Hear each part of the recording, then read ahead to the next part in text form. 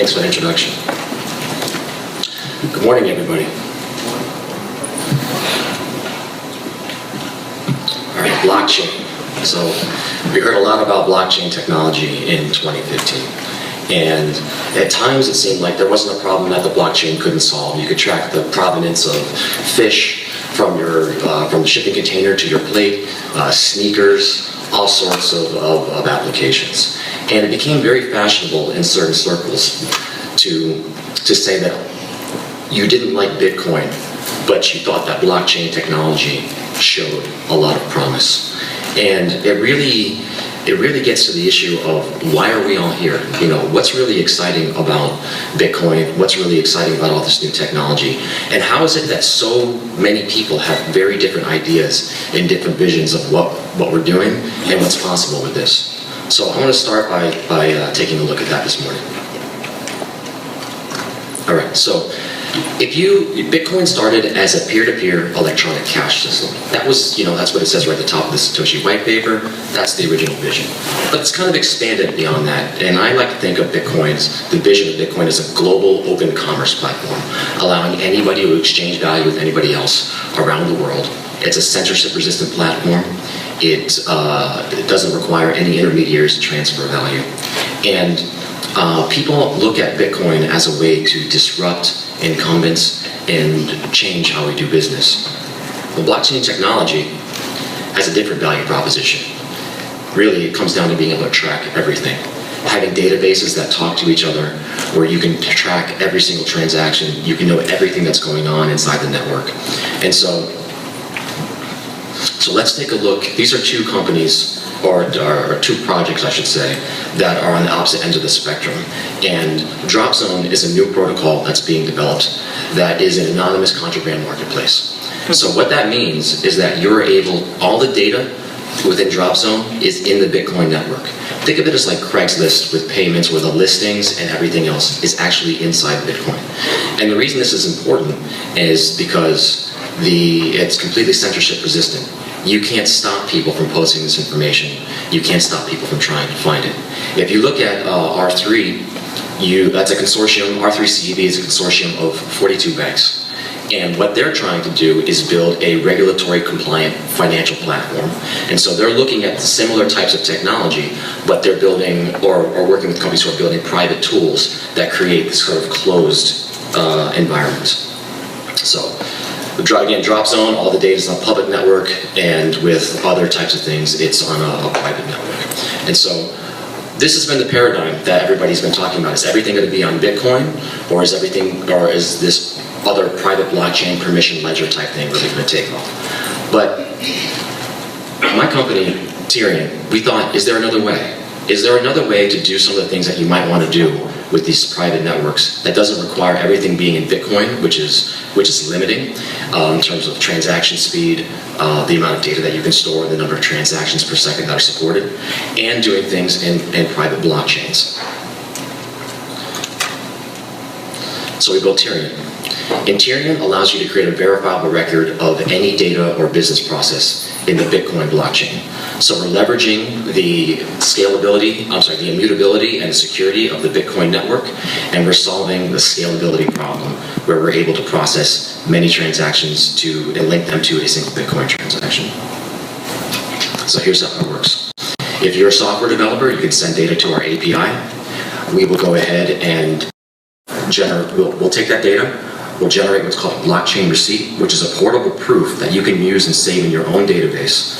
That's proof that information is linked to a Bitcoin transaction. We can do this at scale for millions of records. So there's no altcoin that's required. There's no private blockchain. If you're a software developer or you're building a tool and you want to be able to create a verifiable record of any piece of information or any business process, you can do it through our platform, and you can store all the information in your own systems. There isn't a long-term dependency on any outside party. So this is what a blockchain receipt looks like. It's just a piece of information, and it links all of your data to the Bitcoin blockchain. I'm just going to skip over that. We're short on time here. So instead of going into some of the features, let's talk about what companies are doing with this. So Philips is a customer. And Philips, you guys know that they make televisions and light bulbs, but they also have a huge healthcare business. It's their largest business, actually. It's 42% of their revenue.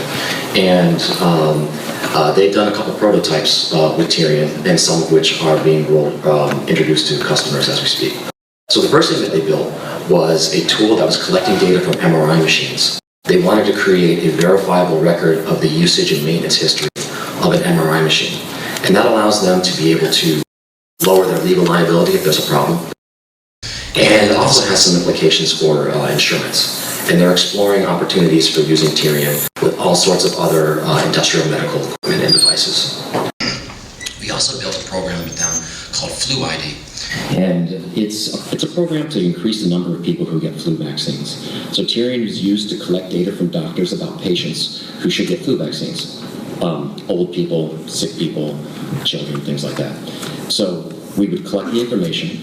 We would generate an email with a QR code that would get sent to them, and they could take that to an integrated healthcare provider. And the QR code would be scanned.